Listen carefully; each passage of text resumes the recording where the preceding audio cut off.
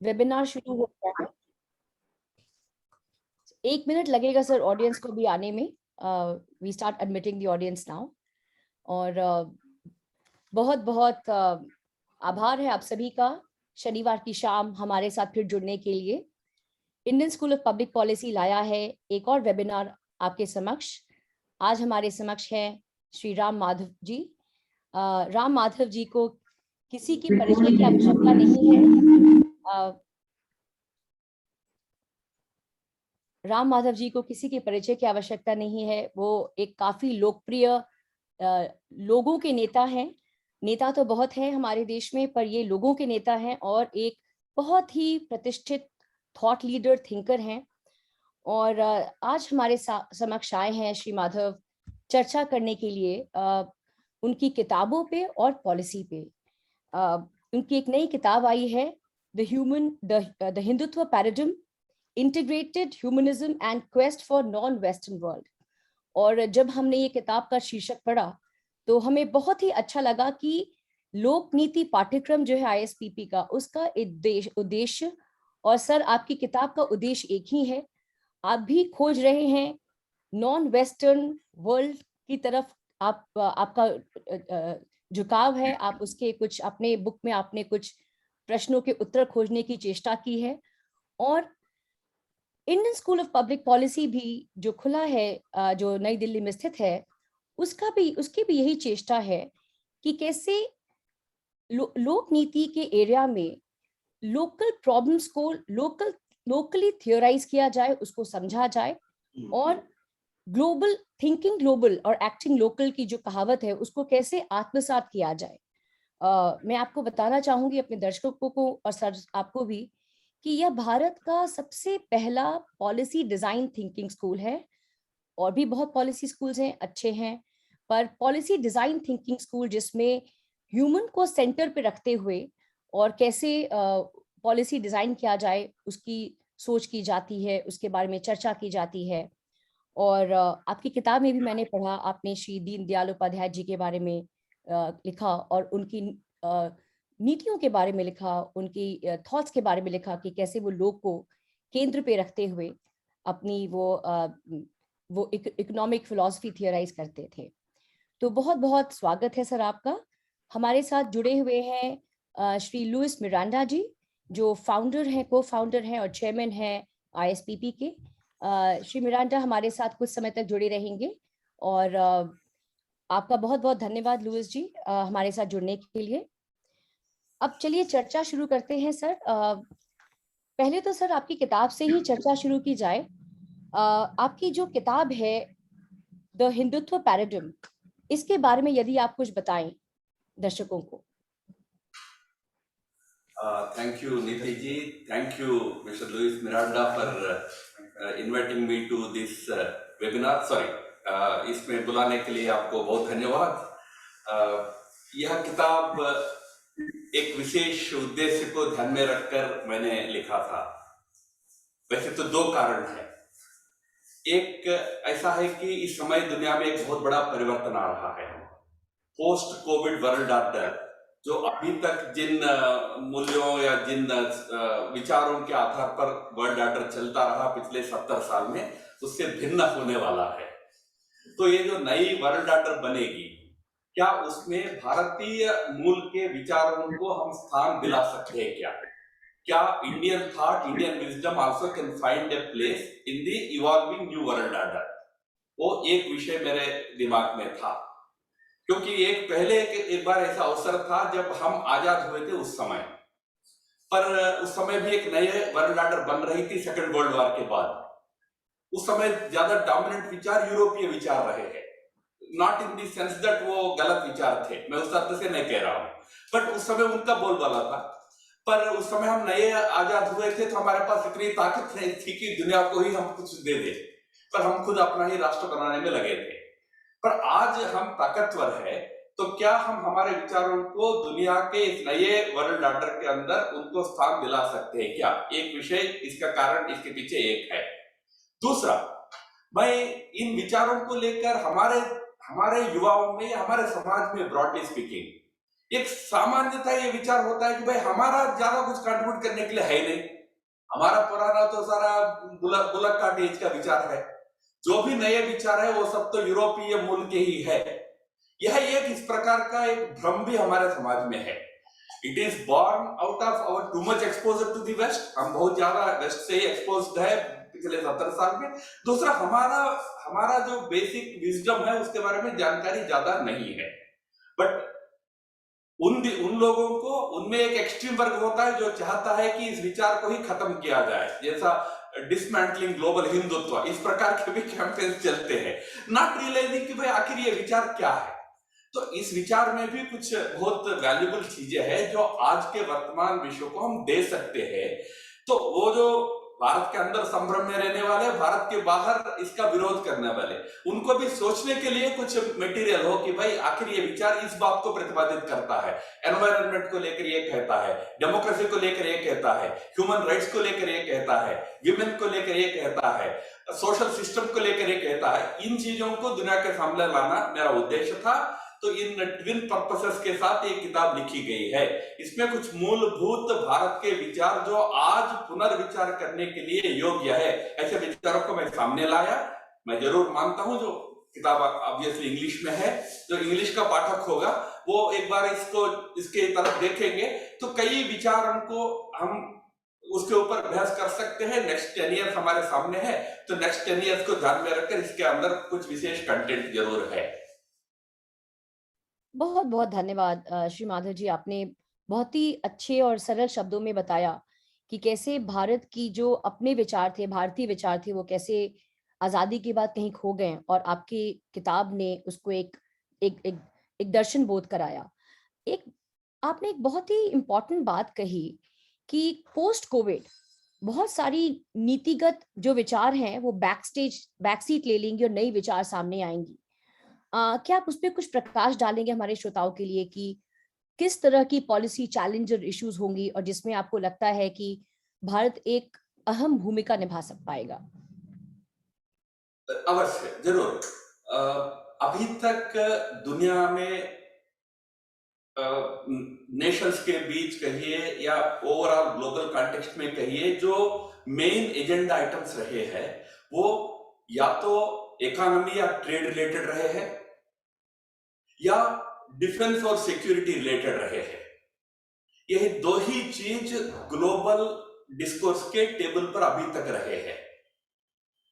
अभी पिछले कुछ दशकों में, स्पेशली 21st सेंचुरी का जो आरंभ हुआ है, वहां उस समय से लेकर विशेषकर पोस्ट कोविड कॉन्टेक्स्ट में नए एजेंडा आइटम्स ग्लोबल डिस्कोर्स के हाई टेबल पर आने वाले हैं। खैर, ट्रेड, डिफेंस, ये चीजें तो कुछ मात्रा में रहेंगे, मैं ये नहीं कह रहा हूं कि पूर्ण रूप से वो अदृश्य हो जाएंगे, वो रहेंगे। बट उनसे भी महत्वपूर्ण बनने वाले हैं issues like climate change, environmental issues, they are going to be of much greater importance for countries now. वो उस पर बहुत बहस होगा। अभी तो हम COP21 के कॉन्फ्रेंस जो ग्लासगो में हुआ है उसकी खबर अभी हम पढ़ रहे हैं, अभी भी चल रहा है वो कॉन्फ्रेंस। तो पर्यावरण एक बहुत बड़ा मुद्दा रहेगा। उसी प्रकार हेल्थ केयर का एक नया विचार दुनिया में शुरू होने वाला है। अभी तक हेल्थ केयर के लिए जो भी प्रयास हुआ एक वेस्टर्न दृष्टिकोण से हुआ कि disease management is what is health care. जो डिसीजेस होते हैं उनको कैसे हम टैकल किया जाए, मनुष्य को उनसे कैसे बचा जाए, इसलिए वैक्सीन आते गए, वहां वायरसेस आते गए, हम वैक्सीन बनाते गए। ये दृष्टिकोण अभी तक रहा है। अब वो दृष्टिकोण बदलेगा। अब आएगा कि हेल्थ केयर का मतलब है हेल्दी लिविंग। भाई व्यक्ति स्वस्थ कैसे रहेगा, व्यक्ति की स्वस्थता के लिए समाज में क्या चाहिए, पर्यावरण में क्या चाहिए, प्रकृति में क्या चाहिए, ये सारे प्रश्न अब उठेंगे। इसी प्रकार टेक्नोलॉजी का नया एज में हम प्रवेश कर रहे हैं, जिस एज को आजकल आर्टिफिशियल इंटेलिजेंस का एज कहते हैं। ये आर्टिफिशियल इंटेलिजेंस के एज में टेक्नोलॉजी का प्रयोग, उसके संभावनाएं और उसके लिमिटेशंस, इन दोनों पर बड़ी बहस छिड़ने वाली है पूरे दुनिया में। ऑलरेडी ये छिड़ गई है। आप नेटफ्लिक्स वगैरह में टीवी सीरियल्स अगर देखते होंगे या कोई इंपॉर्टेंट डॉक्यूमेंट्री देखते होंगे तो उसमें बहुत बड़ा बहस है कि क्या रोबोट्स या हम आर्टिफिशियल इंटेलिजेंस के माध्यम से जो टेक्नोलॉजी को आगे बढ़ा रहे हैं उसमें विल मैन कंट्रोल टेक्नोलॉजी और टेक्नोलॉजी विल कंट्रोल मैन। ये प्रश्न आज बड़े रूप में उभर कर आ रहा है। उसी प्रकार अब दुनिया में राइट्स डिस्कोर्स डोमिनेट करेगा। विमेन राइट्स, ये राइट्स, एनिमल राइट्स, सब प्रकार के राइट्स का डिस्कोर्स अब डोमिनेट करेगा, क्योंकि दुनिया एक नए पैराडाइम पे प्रवेश कर रहा है। तो ये जो आइटम्स है, इसमें एक अच्छी दिशा देने की क्षमता इंडियन विजडम में है, जिसको बार बार स्वामी विवेकानंद कहिए, अरविंदो कहिए, गांधी जी कहिए, ये सब लोग उसको बार बार उठाते थे। दीनदयाल उपाध्याय भी एक ऐसे व्यक्ति थे जिनके बारे में कम जानकारी है लोगों को, वो भी इन विषयों को हाईलाइट करते थे। आज उन जो भारत के ज्ञान के आधार पर का जो विचार है, उनका समय आज आ रहा है। बस वन राइडर कह के मैं आपके प्रश्न का उत्तर समाप्त करूंगा। राइडर इतना ही है, अपने पास बहुत अच्छे विचार है, दुनिया को हम देने के समय में आज है। 1947 में हम बस मिस कर गए थे, उस समय हम दे नहीं पाए, पर क्या 2021 में 2020 टू 2030 के बीच में भारत उस प्रकार का ताकतवर देश बनेगा क्या, ताकि दुनिया इन विचारों को ले सके? दुनिया आपके ताकत, आपके सामर्थ्य के आधार पर ही आपकी बात सुनेगा। आप कमजोर रहो, लड़ते रहो, गरीब रहो, पिछड़ा रहो, फिर बोलो कि मेरे पास बड़े विचार है, तो पहला प्रश्न यही उठेगा ना कि आपके पास इतने अच्छे विचार है, तो एज ए नेशन आप ऐसे क्यों हो? तो पहले हम अपने देश को ठीक करना पड़ेगा, तब ये विचारों को दुनिया में हम दे सकते हैं। बहुत बहुत बहुत ही महत्वपूर्ण बात की आपने। माधव जी, देखा जाए तो किसी भी विचार का जो विकास होता है वो किसी एक संस्था में होता है। So I think the mother of all these ideas is in an institution that garners those ideas. आपको लगता है कि हमारी जो संस्थाएं हैं भारत में, वह अभी इस मोड़ की इसकी तरफ उनका खुद का विकास हो रहा है? और मैं इसलिए ये पूछ रही हूँ क्योंकि आपने बहुत ही महत्वपूर्ण बात की, क्लाइमेट चेंज की, हेल्थ की, टेक्नोलॉजी की, आर्टिफिशियल इंटेलिजेंस की, और आपने ये भी कहा कि कैसे सभी पॉलिसीज एक दूसरे के साथ उनका ओवरलैप्स होगा। तो अब कुछ साइलोज में हम पॉलिसी को नहीं देख पाएंगे। हमें जब हम टेक्नोलॉजी की बात करेंगे तो हमें टेक्नोलॉजी कैसे हेल्थ को हेल्प कर सकता है, हेल्थ की बात करेंगे तो हेल्थ और क्लाइमेट चेंज का क्या आपस में तालमेल है। आपको लगता है कि भारतीय संस्थाएं जो हैं वह इस तरह अपने आप को उभार रही हैं, ऐसे रिसर्च एंड डेवलपमेंट्स कर रही हैं, ऐसी नई नई पाठ्यक्रम बना रही हैं कि जो नए भारत की हम कल्पना कर रहे हैं, तो नए भारतीय जो आने वाले हैं, जो हमारे युवा आने वाले हैं, वह इसकी तरफ ट्रेन हो पाए? देखिए, जो नई शिक्षा नीति आई है, जो न्यू एजुकेशन पॉलिसी अब भारत सरकार ने, मोदी जी की सरकार ने अनाउंस की है, उसमें इसी विषय के लिए बहुत बड़ा एंकरेजमेंट देने का प्रयास हुआ है। अभी तक हम मल्टी डिसिप्लिनरी अप्रोच की बात सुनते आए हैं, जिसकी तरफ आप इशारा कर रहे हैं, वो उसको मल्टी डिसिप्लिनरी अप्रोच हम कहते हैं। पर आज दुनिया पैन डिसिप्लिनरी अप्रोच में पहुंच गया है। हम मल्टी डिसिप्लिनरी अप्रोच की बात कर रहे हैं, वो पैन डिसिप्लिनरी में चले गए। पैन डिसिप्लिनरी यानी आप with in the institution inter disciplinary approach create करेंगे ही करेंगे, बट इसके बाहर भी इस डिसिप्लिन, इन डिसिप्लिन के संबंध में बहुत कुछ होता है। उदाहरण के लिए आप मान लीजिए एक क्रिमिनल केस के ऊपर लीगल सिस्टम के संदर्भ में आप अध्ययन कर रहे हैं, विद इन द इंस्टीट्यूशन आप साइकोलॉजी को साथ में रखेंगे, लॉ को साथ में रखेंगे, प्रोबेबली हेल्थ केयर को साथ में रखेंगे, ऐसे 3-4 डिसिप्लिन को जोड़कर उस इश्यू के अप्रोच करेंगे। पर क्या आपका विद्यार्थी रेप का केस चल रहा है कोर्ट में, तो उस स्टूडेंट को टीचर केस के उस कोर्ट रूम में बिठाएगा क्या 4 घंटा? उस प्रैक्टिसिंग लॉयर के साथ बैठेगा क्या? तो इस प्रकार के डिसिप्लिन में बहुत नए आयाम इस समय खुल रहे हैं। हम उतना दूर तो जा ही नहीं रहे, वो तो सवाल ही नहीं है। हम अभी इंटरडिसिप्लिनरी में भी बहुत संकोच करते हैं। अभी भी हमारा सिस्टम, ओल्ड सिस्टम ज्यादातर चलता है। जो न्यू एजुकेशन पॉलिसी ने एक बहुत अच्छा अवसर, अपॉर्चुनिटी दिया है, उसको आप जैसे इंस्टीट्यूशंस जरूर उसको एक्सप्लॉइट करना चाहिए और एक बहुत अच्छा इंटरडिसिप्लिनरी अप्रोच के साथ हमारे स्टूडेंट्स को एक्सपोज करना चाहिए। यानी आज कोई भी problem, as you very rightly said, कोई एक साइलो में आप डील कर ही नहीं सकते हैं। आज बहुत आयाम उसके होते हैं। इतने आयामों में सोचने की आदत हमारे यूथ को होना चाहिए। पर उससे भी एक फंडामेंटल इश्यू पर मैं जाता हूं। वो फंडामेंटल इश्यू ये है कि क्या हम आज हमारे यूथ को आउट ऑफ द बॉक्स सोचने का अपॉर्चुनिटी दे रहे हैं। आज भी हम करिकुलम में बांध रहे हैं। हम out of the box thinking को हम अप्रिशिएट नहीं करते हैं, उसको वैल्यू नहीं देते हैं। इसलिए भारत के अंदर रिसर्च के क्षेत्र में, रिसर्च यानी केवल साइंटिफिक रिसर्च नहीं होता है, सोशल साइंसेस में, हमारे मैनेजमेंट, उदाहरण के लिए मैं एक बात कहता हूं, आप पब्लिक पॉलिसी से डील करते हैं। हमारे पब्लिक पॉलिसी में बहुत बड़ा शौक होता है अर्बन प्लानिंग का, अर्बन इश्यूज के ऊपर होता है, क्यों ना रूरल इश्यूज पर होता है? क्या रूरल इंडिया में इश्यूज नहीं होते? बहुत कम फोकस होता है। पर हम उस, ये जो फ्रेमवर्क बना है ये वेस्ट में बना है, उस फ्रेमवर्क को यथावत लाके उसके ऊपर हम बहुत सारा सोच कर रहे हैं, कर भी रहे। तो अगर जो भी हो रहा है तो वो हो रहा है। आज मैं कहता हूं कुछ फंडामेंटल्स पे जाना चाहिए। हमारा एक समाज रहा है, बहुत बहुत हिम्मत वाला समाज रहा है, उस हिम्मत को हम खो बैठे आज के दिन में। मुझे उस बात का दुख होता है। हम इतने हिम्मत वाले लोग थे कि हमने, हमारे एंशिएंट, हमारे फोरफादर्स ने कह दिया कि वसुधैव कुटुंबकम, the whole world can live like one family. Let me tell you, दुनिया में कोई और फिलोसफर ने ये बात नहीं कही है।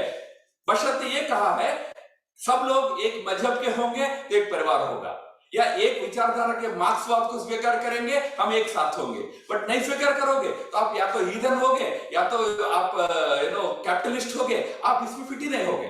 पर हम एक लोग थे जिसने कहा कि नहीं, आप सारा डाइवर्सिटीज को रखो, फिर भी हम एक फैमिली हो सकते हैं। उसका आधार क्या है? कुछ वैल्यूज है। इन वैल्यूज पर हमारे यहाँ शोध होता है क्या? इन वैल्यूज पर हमारे यहाँ विचार होता है क्या? एक मैं आपके पब्लिक पॉलिसी के संबंधित प्रश्न आपके सामने छोड़ता हूं। डॉक्टर अंबेडकर ने एक किताब लिखी है, एनिहिलेशन ऑफ कास्ट। कब लिखी है? आज से 7 दशक हो गए। 70 years ago he wrote. He genuinely wanted that this caste should end. बहुत सारे लोग हैं, including me, who believe that it has outlived its utility. पर आज जिंदा है कि नहीं? आज इज इट नॉट ओनली जिंदा, इट इज टिकिंग। ये तो बहुत बड़ा फोर्स है। इसको अगर जो अंबेडकर ने कहा कि जाना चाहिए तो जाएगा कैसे? इस पर कोई सोशल साइंसेस इंस्टीट्यूशन में शोध होता है क्या? एक्सेप्ट की रिटोरिक होता है, अंबेडकर के कोट्स हम दे देते, वही शोध बोलते हैं। भाई अंबेडकर ने विचार दिया है, बट उसको कैसे करना, इस पर कैसे शोध होगा? कैसे इस समस्या समाज बाहर आएगा? इस पर कहां एकेडमिक वर्क होता है इस देश में? तो मैं इसलिए कह रहा हूं, भारत के कॉन्टेक्स्ट में ओरिजिनली सोचने वाले युवाओं को प्रोत्साहित करना पड़ेगा। They may go out of your syllabus, they may not adhere to your all these frameworks, but we have to now encourage that kind of thinking in this country, जो भारत की समस्याओं का समाधान हमको ढूंढ के दे पाएगा। बहुत बहुत अच्छी बात की आपने।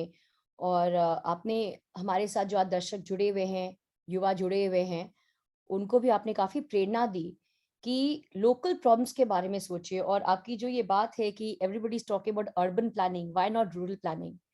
India is still living in its villages, but to make India, even the villages develop, इसके लिए तो हमें out of the box thinking करनी पड़ेगी। और श्री माधव जी, आपको बताना चाहूंगी कि इसी उद्देश्य से हमने एक लोक नीति पाठ्यक्रम का हमने एक डिजाइन किया है, क्योंकि हमारे जो 3 साल का एक्सपीरियंस रहा, जो हमारा जो मुख्य प्रोग्राम है पीडीएम कोर्स, उसमें देखा कि लोग शहर चले जाते हैं, बड़े बड़े संस्थाओं में काम करते हैं, जो अच्छी बात है।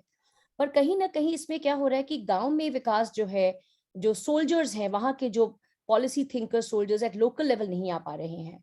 तो यह कोर्स ऐसा है, बनाया गया है कि people can go and flourish in cities also, पर उनको लोकल प्रॉब्लम्स से उनको अवगत कराने का हमने सोचा।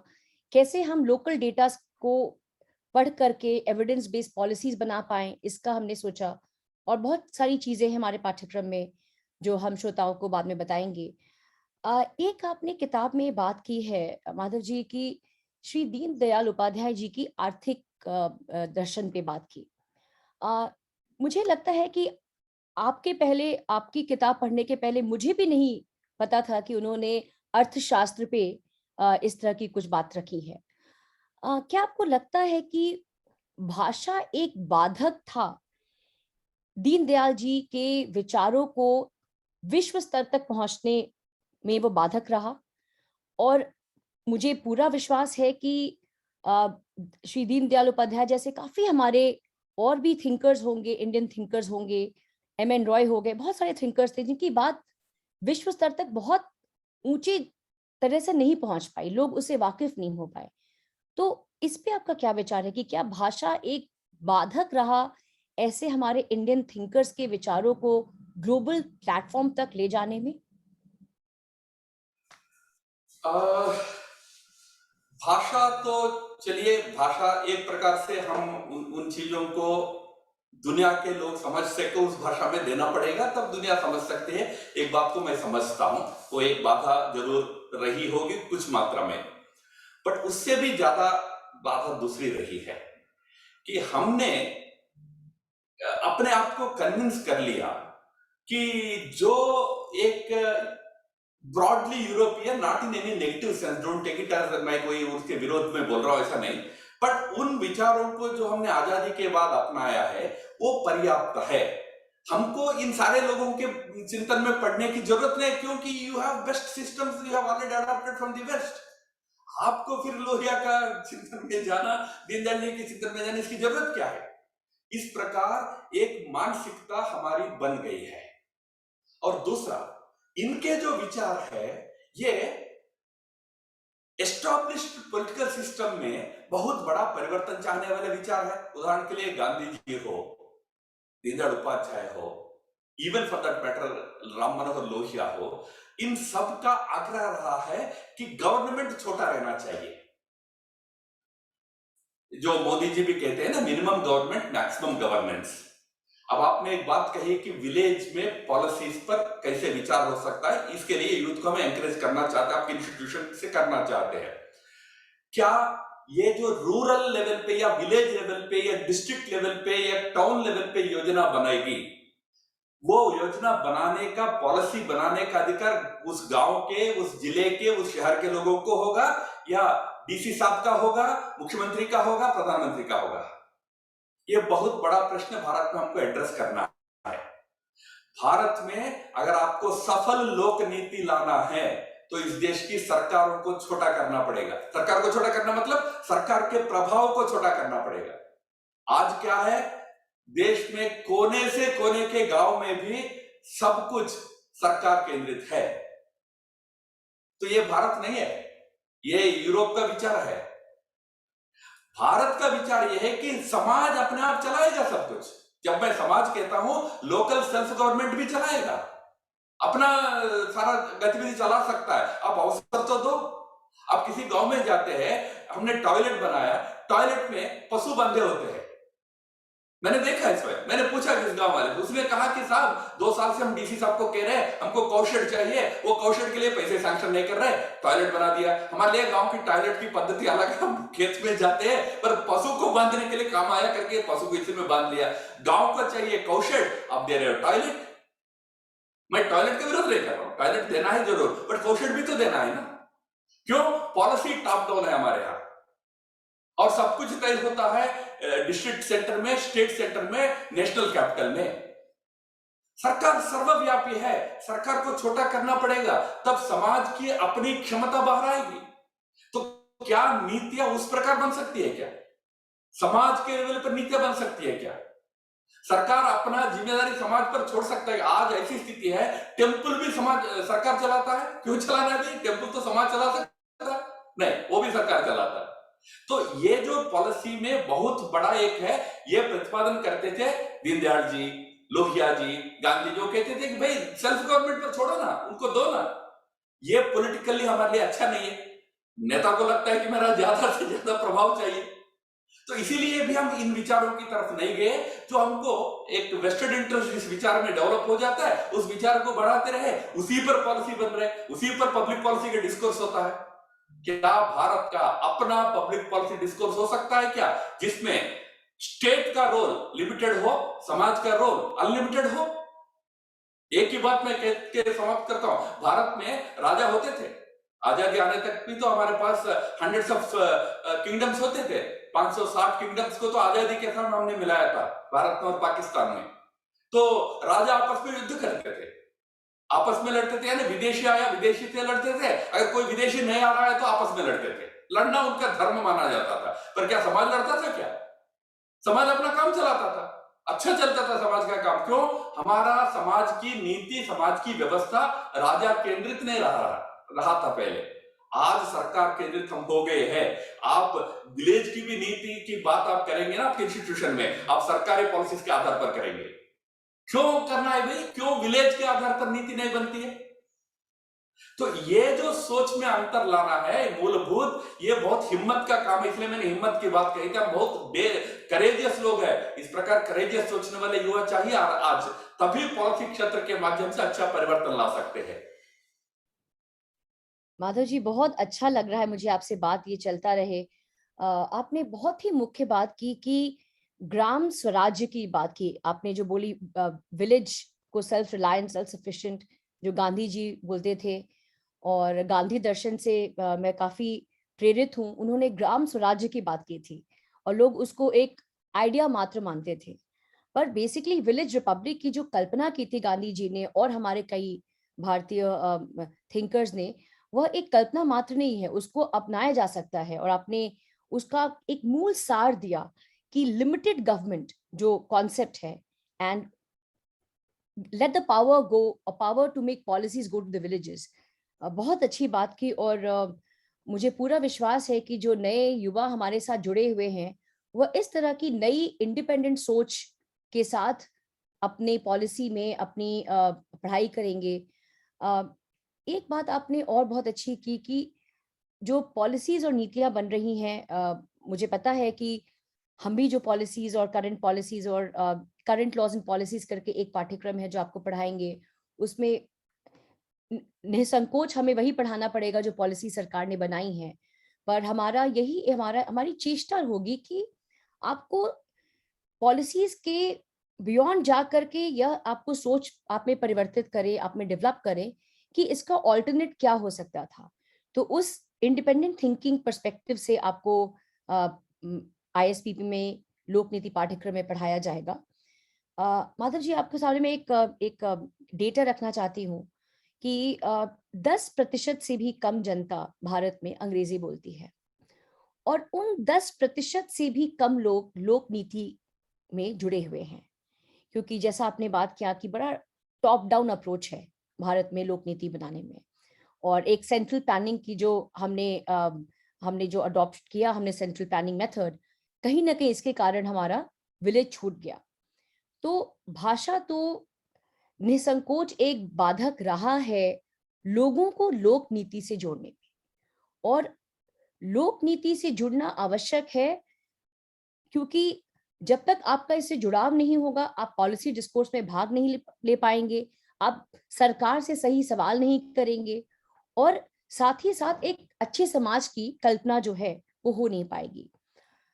अब मेरा आपका इसी चीजों को नजर में रखते हुए आपसे एक सवाल है कि ये जो लोक नीति का पाठ्यक्रम जो है हिंदी भाषियों के लिए जो बन रहा है, इसमें आपको क्या लगता है कि जो युवा हैं इस पाठ्यक्रम से जुड़ करके वो किस तरह भारत के निर्माण में अपना योगदान दे पाएंगे?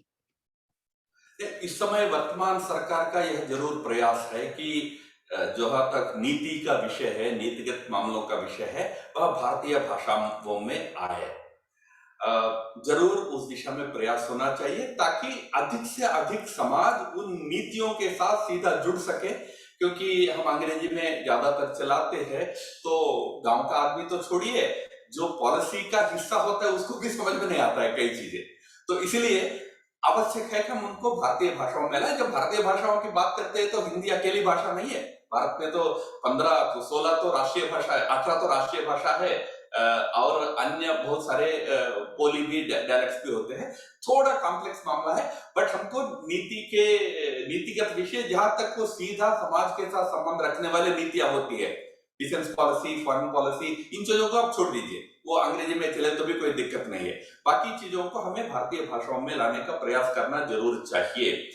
बट हमें तो उसके साथ साथ भाषा के साथ साथ उस बात पर भी आग्रह करना चाहिए, मैं बार बार उसी पर आ रहा हूं, क्षमा करेंगे, जो बात गांधी जी कहा करते थे। गांधी जी ने जब ग्राम स्वराज कहा, आपने 2 शब्द प्रयोग किया था, village self sufficiency and village development.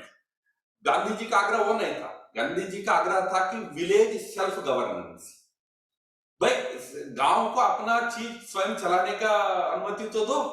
आप यूएस का मॉडल भी देखें तो वहां एक सिटी का मेयर बहुत पावरफुल होता है। जो पावर वहां के कांग्रेसमैन के पास नहीं होता है उतना पावर मेयर के पास होता है। एक स्टेट का governor is as powerful as president of that country, क्योंकि उन्होंने पावर्स को डिसेंट्रलाइज किया है, नीचे के यूनिट को पावर्स दे दिया है। ऐसा देने से राजनीति भी प्रक्षालित होगी। बड़ा विषय है, इस पे मैं नहीं जाऊंगा। आज जातिवाद, सांप्रदायिकता, ये जो राजनीति में दिखते हैं ना, ये क्षण में समाप्त हो जाएंगे। दिल्ली में या स्टेट कैपिटल में, असेंबली में, पार्लियामेंट में बैठने वालों के पावर आप काट दीजिए। ये सारा मोह जो है ना पार्लियामेंट में, असेंबली में बैठने को, इसलिए है कि उसके ऊपर बहुत पावर है उनके हाथ में। पावर निकाल के गांव को दे दीजिए, जिला को दे दीजिए, कोई असेंबली पार्लियामेंट में जाना भी नहीं चाहता है, अच्छा व्यक्ति जाएगा। बट उस दिशा में भी सोचना चाहिए। बट भाषा एक बहुत बड़ा बाधक बन जाता है हमारे यहाँ। अभी तो जाकर कम से कम कोर्ट्स में भारतीय भाषा आई है, नहीं तो डिस्ट्रिक्ट कोर्ट में भी अंग्रेजी में चलता था। बेचारा जो पिटिशन डालता तो समझ में ही नहीं आता था। तो भाषा भारतीय प्रयोग करना प्रयास होना चाहिए, पर उसके पीछे बहुत और एफर्ट हमको करना पड़ेगा, शब्द बनाना पड़ेगा, लैंग्वेज हमको डेवलप करना पड़ेगा, वो प्रयास अब होना पड़ेगा। बहुत बहुत धन्यवाद। मैं आपको और दर्शकों को बताऊंगी कि जब हम ये लोक नीति पाठ्यक्रम का कोर्स बना रहे थे, तो हमने भी काफी एक्सपर्ट से बातचीत की, काफी जाने माने पॉलिसी विशेषज्ञों से बात की, और हमें ऐसा एहसास हुआ कि आप सब कुछ हिंदी में नहीं, हिंदीकरण नहीं कर पाएंगे, क्योंकि कुछ टर्म्स इतने, आपने यूरोप की बात की, वेस्टर्न की बात की, वेस्टर्न सोसाइटीज की, वो टर्म्स वहीं से बन के आई हैं। तो जैसा आपने बोला सर कि आपको हिंदी के शब्द ढूंढने पड़ेंगे उसके लिए। तो इस कोर्स को बनाने के क्रम में हमने एक शब्दावली बनाई है, जिसमें अंग्रेजी शब्दों का हिंदीकरण जो नहीं हो पाएंगी, कुछ शब्दों का हिंदीकरण हो भी नहीं पाएगा, जैसे एक्सटर्नैलिटीज हो गई, नज हो गया, तो उसको हमने हिंदी में ही रखा है, इंग्लिश में ही रखा है, पर उसको फिर हमने हिंदी में समझाने का प्रयत्न किया है उस शब्दावली में। तो मुझे ऐसा लगता है कि भारत में ये पहला कोर्स है जो हिंदी भाषियों को लोक नीति में ट्रेनिंग देगा। और जहां तक मैंने पढ़ा है, देखा है कि ऐसा कोई कोर्स अब भारत में नहीं आया जो पॉलिसी डिजाइन एंड डेवलपमेंट में आपको ट्रेनिंग देगा। ये पहला कोर्स आ रहा है भारत में हिंदी भाषियों के लिए। इस कोर्स में हमारा फोकस जो है वह एक तो बिहेवियर चेंज पर है। बिहेवियर चेंज में काफी रिसर्च हो रहे हैं और काफी उसको यूज किया जा रहा है पॉलिसी डिजाइन में। हमने पहले भी कुछ वेबिनार्स में कुछ विशेषज्ञों को लाया जिन्होंने नच की बात की, बिहेवियर चेंज में एक टूल होता है नच की बात की, और बहुत सारे टूल्स होते हैं उनकी बात की। तो कैसे बिहेवियर चेंज ला सकते हैं पॉलिसी के माध्यम से, और कैसे पॉलिसी में बिहेवियर चेंज हेल्प करेगा, दोनों चीजें हैं। तो एक जो मुख्य फोकस है उस पर है। दूसरा है डेटा पर। यदि हम पॉलिसी बनाने की बात करें तो एविडेंस बेस्ड पॉलिसी सबसे होता है, सबसे इम्पोर्टेंट है कि पॉलिसीज जो है वो एविडेंस के बल पे बने, ना कि जो पहले प्लानिंग कमीशन के कुछ हमारे एक्सपर्ट्स के दिमाग में आता था, जो बाहर घूम के आते थे, उनको लगता था नहीं भारत में ऐसा होना चाहिए, without knowing the ground realities. तो दूसरा हमारा जो है फोकस वो एविडेंस बेस्ड पॉलिसी पर है। इसके लिए 2 कोर्सेज हैं, डेटा और मॉनिटरिंग एंड इम्पैक्ट इवैल्यूएशन। और मैं आपसे शेयर करना चाहूंगी कि 2 इंस्टीट्यूट्स हैं इंडिया में, काफी प्रतिष्ठित संस्थाएं हैं जो इस कोर्स में हमारी मदद कर रहे हैं पढ़ाने में। एक असर हो गया, और दूसरा है हमारे कुछ वर्कशॉप्स DMEO के माध्यम से होंगी। और उसी तरह से काफी पाठ्यक्रम काफी सुंदर रूप से बनाया गया है, काफी सुदृढ़ बनाया गया है। ये थ्योरी लाइट है। थ्योरी की हम जब बात करें तो बस एक ही कोर्स है जो एकमात्र पब्लिक पॉलिसी पे जो भारतीय लेखक द्वारा जो किताब है वो है in the service of republic, Shri Vijay Kelkar ji और श्री अजय शाह जी द्वारा। और दोनों हमारे एकेडमिक एडवाइजरी बोर्ड के मेंबर्स हैं। श्री केलकर हमारे चेयरमैन हैं एकेडमिक एडवाइजरी बोर्ड के। तो इस पूरी पुस्तक का सर हम हिंदी में अनुवाद करवा रहे हैं, ये छात्रों जो लोक नीति पाठ्यक्रम से जुड़ेंगे उनके लिए। और उसी पे आधारित है यह course, economics and politics of public policy. आपने बहुत इंपॉर्टेंट बात की पावर गेम की, कि क्यों कुछ चीजें हैं जो सही होती हैं, तभी जो हमारे दिल्ली में नेता बैठे वो नहीं चाहेंगे वो करना, because it's all about power play. तो क्या किस तरह का पावर प्ले जाता है? कैसे स्टेक होल्डर डिस्कोर्स होना चाहिए? कैसे आप वह सोच बदल सकते हैं? और इसके जो फैकल्टी हैं इस कोर्स के, वो हैं श्री राजीव कपूर जी, जो लबासना के डायरेक्टर भी रह चुके हैं और सेक्रेटरी थे काफ़ी मिनिस्ट्रीज़ में, और काफ़ी उम्दा फैकल्टी हैं। तो इस तरह से हमारा पाठ्यक्रम बना हुआ है। अब मेरा अनुरोध है हमारे जो दर्शकगण हैं उनसे, कि यदि आपका कोई सवाल है तो आप पूछें। बहुत कम मौका मिलता है कि श्री माधव जी हमारे बीच में हों और उनसे बातचीत हो पाए। तो यदि आपके कोई भी सवाल हैं तो आप चैट बॉक्स में लिख सकते हैं या क्यूएनए में लिख सकते हैं। यदि आप हाथ खड़ा करें तो हम ऑर्गेनाइजर से बोल सकते हैं कि आप डायरेक्टली भी प्रश्न पूछ पाएँ। मैं आपने जो कहा उसमें क्विकली दो बातें कह देता हूँ। बिल्कुल, बिल्कुल। एक भाषा के संदर्भ में हम भारतीय शब्दावली को डेवलप करना पड़ेगा। अच्छी बात है कि आप एक शब्दकोश बना रहे हैं। मैं बचपन में पढ़ता था तो एक शब्द एक एक फ्रेज आता था, धूम शकट गमनागमन यातायात नियंत्रण सूचिका। ये हमारे तेलुगु बुक में होता था। इसका नाम है रेलवे सिग्नल। सिग्नल। उसका उसका तेलुगु व्याख्या क्या है? धूमशकट गमनागमन यातायात नियंत्रण सूचिका। अब ऐसी भाषा जिसको ट्रू ट्रांसलेशन या उससे तो चलेगा नहीं, हम अपने शब्दकोश एक बनाना पड़ेगा। ये पहली बड़ी चैलेंज है। अगर पॉलिसी क्षेत्र में आप भारतीय भाषाओं का प्रयोग करना चाहेंगे, एक शब्दकोश बनना पड़ेगा। दूसरा, आपने जो पॉलिसी का प्लानिंग कमीशन वगैरह बनाते हैं, ये सबसे बड़ी हमारी विडंबना है। हम टॉप डाउन अप्रोच लेते हैं, आज चाहिए बॉटम अप अप्रोच का। पॉलिसीज को नीचे से ऊपर कैसे लाएंगे, इसकी प्रक्रिया इस सरकार ने प्रयास शुरू किया है, बट क्या होता है नीचे से ऊपर आने में एक बहुत कम्बरसम होता है। कभी भी आप नीचे से पॉलिसी को नेशनल लेवल पर नहीं लाना चाहिए, आपको डिस्ट्रिक्ट लेवल पर उसको सीमित करना चाहिए, क्योंकि भारत इतने विविधता भरा देश है कि नीति जो एक जिले में लागू होती है वो दूसरे जिले में लागू नहीं हो सकती है। इसलिए आपको एम्पावर करना पड़ेगा डिस्ट्रिक्ट को। हम एम्पावर नहीं करेंगे, हम चाहेंगे कि सब कुछ दिल्ली के हाथ में हो या सब कुछ लखनऊ के हाथ में हो या अहमदाबाद के हाथ में हो, तो फिर पॉलिसी उस प्रकार सफल नहीं हो पाएगी। दोनों प्रकार का प्रयास हमारा होना पड़ेगा। एक भाषावली बनना है, दूसरा बॉटम अप अप्रोच होना है। सॉरी, मैं थोड़ा टाइम ले लिया। बहुत बहुत आपने अच्छी बात की, और जैसा आपने सर एक बहुत ही मुख्य बात की कि अगर हम शुद्ध हिंदी में जाएं तो वो तो लोगों को समझ में भी नहीं आ पाए, वो समझ से परे है, सभी के समझ से परे है।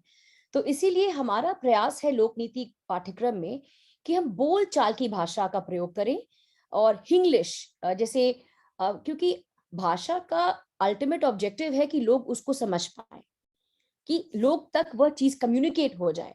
तो इसीलिए ये कोर्स जो है इंग्लिश में है। ये शुद्ध हिंदी में तो हम कोई नहीं बोल पाएंगे। मतलब शायद आप बहुत अच्छी हिंदी बोल रहे हैं माधव जी। अ, आपको देख के मुझे लग रहा है कि कितने लोग हैं जो इतनी अच्छी अंग्रेजी और हिंदी दोनों इतने अच्छे रूप से बोल पाएंगे। बहुत कम लोग हैं आपकी तरह। तो इसीलिए, और शब्दावली की आपने बात की, हमने एक छोटा सा प्रयास शुरू किया है और मुझे पूरा विश्वास है कि हर एक साल जब जब हमारा नया बैच आएगा, हम ये हम प्रयत्न करेंगे कि हम इस शब्दावली को बढ़ाते रहें। और मैं अपने दर्शकों को बता दूं कि हमारा जो मुख्य उद्देश्य है इस पाठ्यक्रम के माध्यम से, कि पब्लिक पॉलिसी शिक्षा का लोकतांत्रिकरण हो।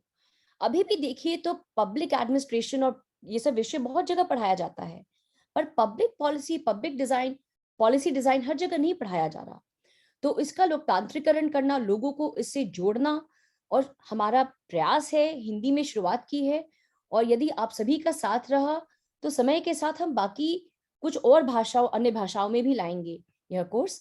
अब दो सवाल हैं सर, अगर आपकी अनुमति हो तो आपसे पूछूं। मीर मुशब्बिर जी पूछ रहे हैं, why are not different developmental coordinated by a policy which affect each other's work? I think इनका सवाल है कि डेवलप कोऑर्डिनेशन पे, इनका सवाल है कि डेवलपमेंट वर्क जो होता है उसमें कोऑर्डिनेशन क्यों नहीं हो पाता एक दूसरे के साथ। एक एक बड़ी समस्या सरकारों के स्तर पर यह होता जरूर है कि विभिन्न जो शाखाओं के बीच जो कोऑर्डिनेशन होना चाहिए, उसमें कई बार जितना होना चाहिए उतना नहीं हो पाता है, उसका अभाव जरूर रहता है, और एकदम कॉन्ट्रडिक्टरी भी कभी कभी परिस्थितियां, नीतियां बन जाती है। इसलिए एक समय ग्रुप ऑफ मिनिस्टर्स वगैरह बनाने की बात होती थी। चलो इस सरकार के समय वो प्रयास कम रहा है, बट पिछले सरकारों में ग्रुप ऑफ मिनिस्टर्स, जिसको जीओएम कहते हैं, जीओएम की व्यवस्था होती थी। कोई नीति बनना है तो एक ग्रुप मिलकर बनाना है, कोई एक मंत्रालय में बनाएगा। उसी प्रकार कुछ प्रयास अभी शायद इस सरकार के समय में भी हो रहा है। उस प्रकार भी कुछ प्रयास करना पड़ेगा, क्योंकि आपने जैसे प्रारंभ में नीति जी आपने पहले ही कहा कि आज जो इश्यूज है वो इंटरडिसिप्लिनरी है। आज कोई एक विशेष विभाग के अधीन एक काम हो सकता है, ऐसा परिस्थिति नहीं है। आज बहुत सारा इंटरडिसिप्लिनरी अप्रोच है, तो इस समस्या से बाहर आने का एक तंत्र विकसित करना पड़ेगा। और मैं इससे भी ज्यादा परेशानी दूसरी बात से हूं। अब ये अलग अलग नीतियां बना के आप कभी किसी डीसी के साथ बैठेंगे, बुलाएंगे आपके इंस्टीट्यूशन में, आप उनसे पूछेंगे भाई आपको एक महीने में कितने नीतियों को अमल करना पड़ेगा, वो बताएगा कि 500 से ऊपर है। कोई डीसी के लिए संभव होता है कि एक महीने, यानी उस जिले के पशुओं की संख्या गिनने का काम भी डीसी के पास है, उसका आंकड़ा पशु मंत्रालय को देना पड़ता है। भाई डीसी को क्या करना है, और पशु मंत्रालय को पूरे देश का हर जिले का डेटा दिल्ली में लेने की जरूरत क्या है? तो ये सब प्रश्न, क्योंकि हर व्यक्ति अपना पॉलिसी बना देता है और वो जाके इंप्लीमेंट करना है बेचारे वो डीसी को है। तो ये जो समन्वय करने की परिस्थिति है वो और परफेक्ट होना है। शायद थोड़ा बहुत होता होगा, हम बाहर है, हमको पता नहीं है, बट और ज्यादा होना बहुत जरूरी है। उससे बहुत सारे अनावश्यक पॉलिसीज को हम खत्म कर सकते हैं। कई पॉलिसीज की आवश्यकता नहीं है, बस एक पॉलिसी बना दो, उसके कारण 10 लोग एम्पावर हो जाते हैं। Empowerment of the government means, थोड़ा माफ करिए मुझे, मोर करप्शन। तो इसलिए नीतियां कम होनी है, सार्थक होनी है। तो वो प्रयास और ज्यादा होना है। उसी का अर्थ है जो प्राइम मिनिस्टर कहते हैं मिनिमम गवर्नमेंट। बिल्कुल। प्रशांत जी पूछ रहे हैं, how do you see role of young people in policy making and administration in next 15 years, जब सरकार लैटरल एंट्री के प्रयोग में बहुत सफल नहीं हो पाई है पिछले 6 वर्षों में, तो इस पे आपका कुछ विचार हो तो। हाँ बिल्कुल, क्योंकि जो यंग पीपल की बात है, वो जिसको हम यूथ डिविडेंड कहते हैं भारत में, वो यूथ डिविडेंड हमारे देश में 15 साल ही रहने वाला है। क्योंकि भारत का जो पॉपुलेशन ग्रोथ रेट है वो इस समय 2.19 पर है। 2.1 नॉर्मली स्टेबलाइज्ड पॉपुलेशन ग्रोथ का एक ग्रोथ रेट माना जाता है। 2.1 ने 2 पेरेंट्स होंगे, उनके 2 बच्चे होंगे, तो पॉपुलेशन स्टेबलाइजेशन रहता है, तो 1.1% एक्स्ट्रा ऐड किया जाता है। आज हम 2.19 पर है, यानी लगभग उस स्टेबलाइजिंग रेखा पर आ रहे हैं। तो जैसे स्टेबलाइजिंग रेखा पर आएंगे और उससे नीचे जाएंगे तो धीरे धीरे यंग पॉपुलेशन कम हो जाएगा। तो भारत का यंग पॉपुलेशन ही तो 15 साल की कहानी होगी। तो इस 15 साल में इस युवाओं का जो हमारा सामर्थ्य है उसको बहुत बड़े पैमाने पर हमको यूज करना बहुत जरूरी है। उसमें ये जो आपका इंस्टीट्यूशन है, ऐसे इंस्टीट्यूशंस का बहुत बड़ा रोल है। क्या है, पॉलिसी फील्ड में, पब्लिक पॉलिसी के क्षेत्र में बड़े संख्याओं में युवाओं का प्रवेश आवश्यक है। ये बात सही है कि आप सेंट्रल ब्यूरोक्रेसी में लैटरल एंट्री करने में काफी कठिनाइयां हैं। कुछ लोग बहुत मुश्किल से पहुंच गए हैं, पहुंचने के बाद उनके पास फाइल नहीं आता है, मैं ऑनेस्टली कह रहा हूं, क्योंकि जो बाकी दावी है वो फाइल जाने ही नहीं देता है। एक महीने तक ऊपर के अधिकारी के पास अपॉइंटमेंट भी नहीं मिलता है। तो कठिनाइयां है लैटरल एंट्री को लेकर।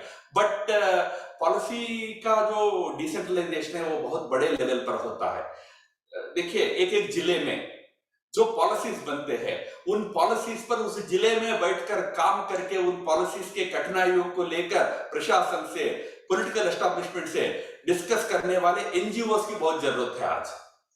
मैं आपको उदाहरण देता हूं। भारत में सुप्रीम कोर्ट ने एक निर्णय ले लिया कि जो प्रोटेक्टेड फॉरेस्ट में फिश भी प्रोटेक्टेड है। यानी वहां मान लीजिए एक तालाब है, नदी है, उसके अंदर जो फिश रहता है वो भी प्रोटेक्टेड है।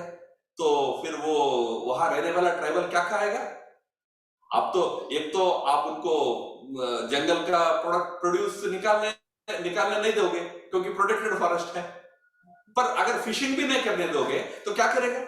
पर ये जो पॉलिसी में ये लैकुना है, बाकी बाकी ज्योग्राफी के लिए ठीक है, बट जहां ट्राइबल रहता है वहां उनकी व्यवस्था, ये इशू सरकार तक जाएगा कैसे? अब मान लीजिए कुछ कंसर्न युवा इस बात को उठाते नहीं, तो कल नक्सली उठाएगा ना, तो वायलेंट फोर्सेस इसका फायदा उठाएंगे ना। तो इसीलिए पॉलिसी मेकिंग यानी ऑफिस में बैठकर पॉलिसी बनाना मात्र नहीं होता है, पॉलिसी इंप्लीमेंटेशन क्षेत्र में बड़ा इंटरवेंशन की जरूरत है, through by in the form of NGOs.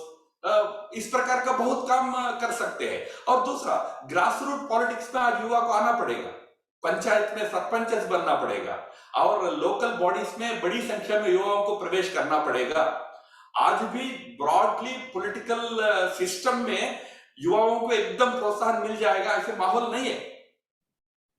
हमारे देश में कोई भी नेता तब तक युवाओं को आगे लाने की बात नहीं करेगा जब तक उनका बेटा या बेटी तैयार नहीं होता है। तभी जाकर कहेगा कि नहीं युवा आगे आना है, तब से नहीं कहेगा, और कोई दूसरा युवा को आने नहीं देगा। ये हमारे राजनीति परिस्थिति है, पर इसमें भी युवा आगे आना चाहिए। अच्छी बात यह है कि आज पार्लियामेंट में अनेक प्रयासों के चलते अच्छी संख्या में युवा पहुंचे हैं, अच्छे पढ़े लिखे युवा पहुंचे हैं पार्लियामेंट में। आज अच्छे एजुकेटेड यंगस्टर्स आज हमारे दोनों हाउसेस में दिखते हैं। उसी प्रकार राज्यों में और स्थानों में भी, केवल पार्लियामेंट असेंबली नहीं, उसके नीचे भी इंस्टीट्यूशंस में, आज कॉर्पोरेशंस में, म्युनिसिपैलिटीज में, विलेज पंचायत में युवाओं को पॉलिटिक्स में भी बड़ी संख्या में आना पड़ेगा। उसके माध्यम से हम ये जो पॉलिसी मेकिंग के प्रोसेस में अच्छा इंटरवेंशन कर सकते हैं। भले ही मेकिंग में नहीं कर पाएंगे, इंप्लीमेंटेशन में तो बड़ा इंटरवेंशन हम कर सकते हैं। बहुत बहुत ही आपने अच्छी बात की। एक प्रश्न है अविनाश चंद्रा जी का, माधव सर आपके लिए। वो पूछ रहे हैं कि आपने तकनीकी शिक्षा ग्रहण की, इलेक्ट्रॉनिक इंजीनियरिंग की डिग्री हासिल की, फिर पॉलिटिकल साइंस की पढ़ाई की, 20 सालों तक पत्रकारिता की, आरएसएस से जुड़े, फिर राजनीति में आए। आप पब्लिक पॉलिसी एक्सपर्ट हैं और आपने कई पुस्तकें लिखी हैं। सर, आप इतनी अलग अलग भूमिकाओं को एक साथ कैसे निभा पाते हैं? यह सब कितना आसान या मुश्किल है? और उनका एक फॉलोअप प्रश्न है, मैं आपसे पूछ लेती हूँ। और आज के जो युवा हैं वह शैक्षिक पृष्ठभूमि में चाहे कुछ भी हो, लेकिन उनकी नीति निर्माण के क्षेत्र में करियर बनाने के लिए कितने विकल्प हैं? आज की शिक्षा और राजनीतिक परिस्थितियों के लिए ये कितनी मूलक हैं? खैर, वो दूसरे प्रश्न का तो मैं उत्तर दे ही दिया मानता हूं, बट जहां तक पहला प्रश्न है, देखिए पब्लिक पॉलिसी जो आपका इंस्टीट्यूशन जो काम करता है, आप नीति जी मेरी इस बात को आप पॉजिटिवली ही ले, नेगेटिवली मत ले। देखिए पब्लिक पॉलिसी है ना, public activism, essentially it is about public activism. Bharat के आजादी के पहले यह लोगों के लिए एक मिशन होता था। Public activism was a mission, देश को आजाद करना है, इसलिए सब लोग अपना सारा छोड़कर भी राजनीतिक क्षेत्र में कूद पड़े। एक मिशनरी जील के साथ उन्होंने काम किया। बिल्कुल। आजादी के बाद ये ज्यादातर एक प्रोफेशन बनता जा रहा है, तो आप भी प्रोफेशनल्स को ट्रेन कर रहे हैं, प्रोफेशनल पब्लिक एक्टिविस्ट को बनाने का कोशिश आप भी कर रहे हैं। इस देश में तो प्रोफेशनल पॉलिटिशियंस का भी कॉलेजेस आ गए हैं, वो पॉलिटिशियंस को प्रोफेशनली बनाने के इंस्टीट्यूशंस भी बन रहे हैं। Fair enough. कारण क्या है, बीच में एक फैमिली वोकेशन बन गया था। ये politics has become a family vocation also. चलो उस स्थिति से कम अब हम प्रोफेशनल की तरफ जा रहे हैं, पर मैं हमेशा मानता हूं public life should be a passion. अगर पैशन होता है ना, आप 10 चीजें कर लेंगे। वो पैशन के साथ काम करने वाले युवा चाहिए। मैं मेरी बात तो ज्यादा नहीं बोलना चाहूंगा क्योंकि वो सोचकर मेरी आदत नहीं है, पर एक पैशन से हम काम करते गए जो आवश्यक लगा। मुझे पॉलिटिकल साइंस में पैशन था तो मैं वो पढ़ता गया, और अन्य कई काम करता है। तो पब्लिक लाइफ में पैशन रख के काम करना चाहिए। पैशन का आधार एक ही होना चाहिए कि how can I contribute to the larger well-being of the society. वो पैशन है। मुझे लाल बत्ती चाहिए, लाल बत्ती वाला गाड़ी चाहिए, वो भी एक पैशन हो सकता है, वो भी एक इच्छा हो सकती है। इसके लिए आप आईएएस बनना चाहेंगे, आईपीएस बनना चाहेंगे, बट नहीं, मुझे एक काम करना है समाज के लिए, ऐसा पैशन रखने वाले चाहिए। तो मुझे लगता है कि जो इंस्टीट्यूशन है, आपका जैसा इंस्टीट्यूशन है, वो ये पैशन एस्पेक्ट को भी बहुत ध्यान देना चाहिए। क्या केवल एक प्रोफेशनल इंटरेस्ट से आ रहा है कि इस व्यक्ति के अंदर वो फायर है, वो फायर है, तो उसको किंडल कैसे किया जाएगा? तो then you expose them to people like Lohia, people like Deendayal, people like Gandhi, their thoughts, their ideas about how public policy should develop in this country. So तब वो पैशन को एक बहुत बड़ा पोर्शन मिलता है। तो मैं मानता हूं कि मैं अभी तक जो जीवन में किया हूं, एक पैशन से किया हूं, मुझे कोई डिग्री से कोई मतलब कभी नहीं रहा है। Thank you. बहुत बहुत धन्यवाद। आपका उत्तर जो है, मुझे पूरा विश्वास है कि जो युवा हमारे साथ जुड़े हैं, ये उनको भी पोषण देने का काम करेगा, उनके पैशन को पोषण देने का काम करेगा। और माता जी, आपने बहुत ही अच्छी बात की कि संस्थाएं बस प्रोफेशनल ना बनाएं, वह एक पैशनेट इंडिविजुअल बनाएं। और जब पैशन है तो आप हर एक चीज में आप उम्दा करेंगे, चाहे वो आपका प्रोफेशन हो, चाहे आपका निजी जीवन हो। बहुत बहुत धन्यवाद। जैस्मिन जी एक सवाल पूछ रही हैं कि why is the government not initiating change of items in non-compulsory list in Schedule 11? What about financial powers for village self-government? No, as far as financial powers are concerned, the 73rd, 74th Amendment of our Constitution, which we call as Panchayat Raj Amendment, it has actually delegated financial powers to the villages today. I handled in BJP, I handled states like Jammu and Kashmir and the Northeast. There, today, villages get a lot of funding from the government. But please remember, the original idea of Gandhi, when he talked about rural empowerment or Panchayat Raj system, when he authored that book Hind Swaraj in 1909, he talked about Gram Swaraj, how villages can be empowered. His idea was not just to delegate funds to villages. It's not about financial empowerment. What about the policy empowerment? What happened through 73rd, 74th Amendment to Constitution was, in 1993, we cleverly, in the name of Panchayat Raj, started giving money to the villagers, but not powers. Now, do you know that no village panchayat can have its own policies, its own functions? The functions are determined by DC. No village today can have its own functionaries. The functionaries are appointed again by DC on the recommendation of the MLA. बिना MLA का तो आप चपरासी को भी नियुक्त नहीं कर सकते हो. Actual real Panchayat Raj should have been delegation of funds, functions and functionaries to the villages. If I can talk about any one state which is doing it today, you will be surprised, it is Jammu and Kashmir. It is now giving not only funds, but also functional independence and functionary appointment power. All the three are now being delegated to the villages. So such kind of Panchayat Raj is what is the need of the hour. That's why I'm repeatedly saying, you have to delegate powers to other units. But that also means you are making the most powerful people in Delhi and in other state capitals slightly less powerful. Who would want that? That is where the problem is. So though reform जिसको लाना है, उसको तो vested interest है, वो क्यों लाएगा? तो ये जिंक्स कब खत्म होगा ये सोचना है, तभी खत्म होगा आप लोग अगर पैशनेट पॉलिटिशियंस को प्रोड्यूस कर पाएंगे तो। बिल्कुल बिल्कुल। इसी से एक जुड़ा सवाल है अरूप पटनायक जी का। How you talked about people participating in policy and giving opinions. So उनका सवाल है, how people say can be showcased in government policy as the policy designed based majorly on the SECC data on various information and not people's opinion. तो I think ये पूछना चाह रहे हैं कि लोग अपनी ओपिनियन कैसे सरकार तक पहुंचा पाएंगे? नहीं, पीपल के पास तो अपना ओपिनियन देने का एक रास्ता डेमोक्रेटिक इलेक्टोरल प्रोसेस में है, वो अपना जो भी ओपिनियन है वो इलेक्शन के टाइम दे देता है, भाई मुझे इस प्रकार का लोग चाहिए, बट जिसको वो भेज रहा है उसके पास पावर कहाँ है?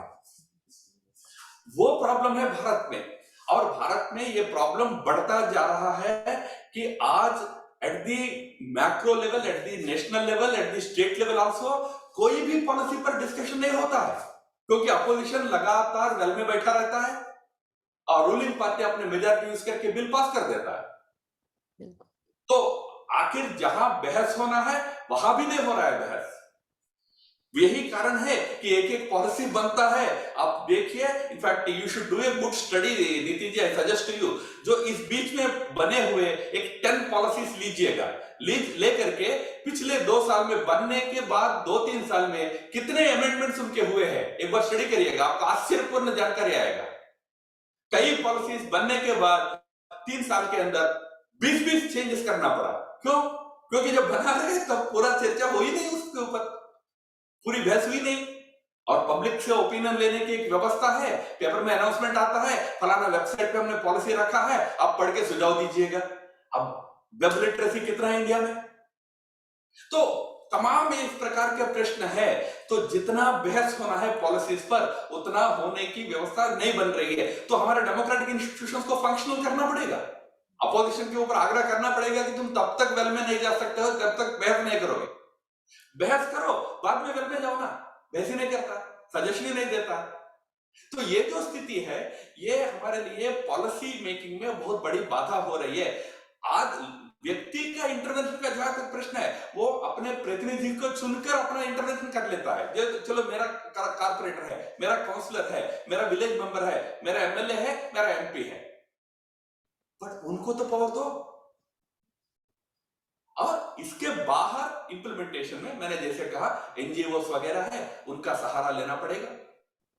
बिल्कुल, बहुत अच्छी बात की आपने। इनफैक्ट मैं इंसॉल्वेंसी लॉ से जुड़ी हुई थी, मैं फाउंडिंग आईबीसी पे, और इतने मॉडिफिकेशंस हुए कोड में कि आज मैंने पेपर में पढ़ा कि फाइनली कंज्यूमर कोर्ट ने कहा कि जो होम बायर्स है वो कंज्यूमर है, वो इन्वेस्टर नहीं है। और कितनी, अब ये सब चर्चाएं पहले होनी चाहिए थी, ये सब सब परिप्रेक्ष्य को देखना चाहिए था, बट आपने बात तो बहुत सही की। इसी से एक आज का लास्ट प्रश्न हम रखेंगे, क्योंकि समय बहुत बहुमूल्य है और सर भी बहुत बिजी होंगे। संजीव खान जी बोल रहे हैं, overwhelmed listening to you sir। Sanjeev ji, हम भी we echo the same feeling as you। My question to you is there any best efficiency point of economy versus population ratio for a basic quality of life as an individual? देखिए, 2 अलग-अलग विषय है। Population को stable रखना, you have to keep population growth rates stable. Stable when I say they should not be very high as it used to be in the past in our country also. I mean, when we became independent, our population growth rate used to be 5.4. For every 2 parents, there used to be 6 children, close to 6 children. बहुत लंबा चला नहीं था, ने बहुत अच्छा भी नहीं था। उसका जो परिणाम है कि हम 1.3 बिलियन हो गए पिछले, I mean 1 billion people we have added in last 60 years. 1 billion we have added. So population growth बहुत ज्यादा हो गया, तो slowly we have stabilized it. और इससे नीचे भी नहीं जाना चाहिए। नीचे जाने से बहुत जल्दी we become a society of middle-aged people, and going further we become a society of aged people. Then productivity वगैरह issues भी बहुत affect होते हैं। इसलिए हमेशा माना जाता है कि 2.1 जो growth rate है, उसको अगर maintain करेंगे तो एक reasonably stable growth rate रहेगा।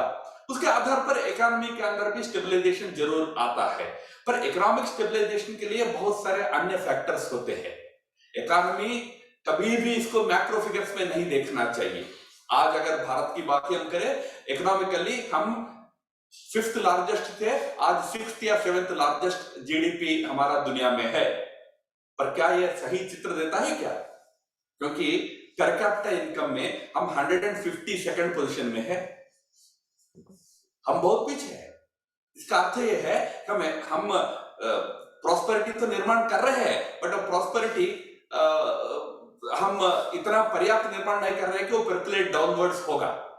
इसलिए प्राइम मिनिस्टर जो आत्मनिर्भरता की बात करते हैं, या गांधी जी सर्वोदय की बात करते थे, दीनदयाल जी अंत्योदय की बात करते थे, they used to talk about Sarvodaya and Antyodaya. What it meant was that you have to create prosperity at the grassroots. How do you build grassroots prosperity in this country? That is why I mentioned that thing in the beginning. So we today talk about urban design, urban planning, urban issues, but what about rural prosperity?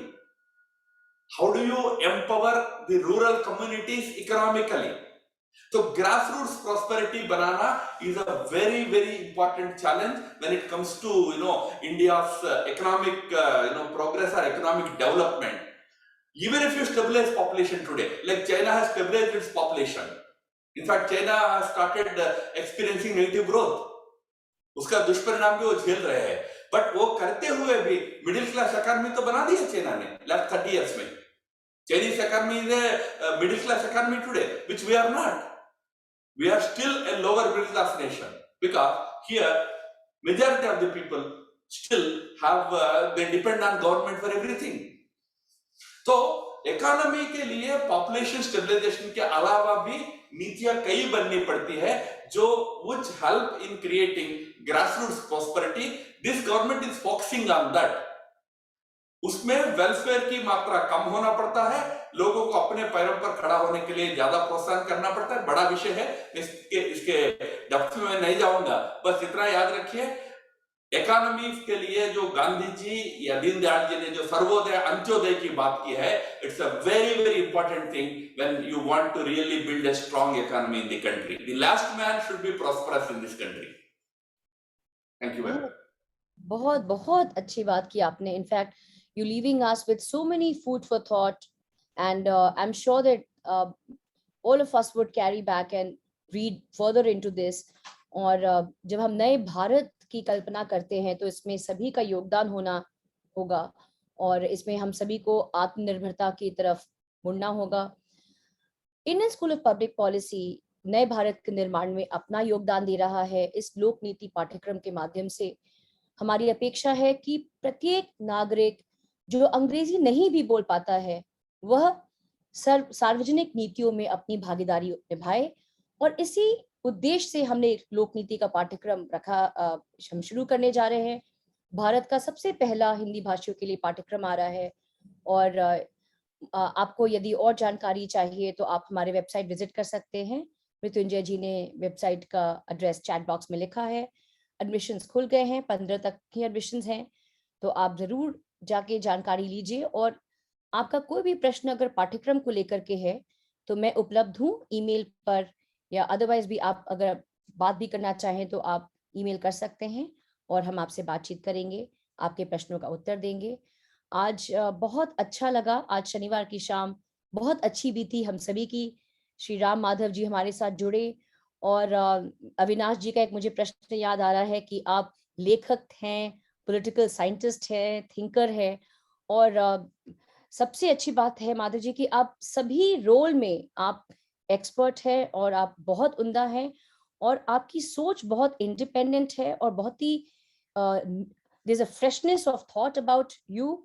और I hope कि इसी fresh जो thought है आपकी, जो individual जो independent thinking है, वह हमारे युवाओं को प्रेरित करे कि हम आपकी तरह सोच रख के हम एक इंडिपेंडेंट थिंकिंग के साथ भारत के निर्माण में अपना योगदान दें. और बहुत बहुत धन्यवाद राम माधव जी आपके बहुमूल्य समय का, और बहुत बहुत धन्यवाद हमारे दर्शकों का, हमारे श्रोताओं का और हमारी टीम का जो आज हमारे साथ जुड़ी. और मिलेंगे आपसे हम फिर अगले शनिवार. तब तक के लिए बहुत बहुत धन्यवाद. धन्यवाद. नमस्कार.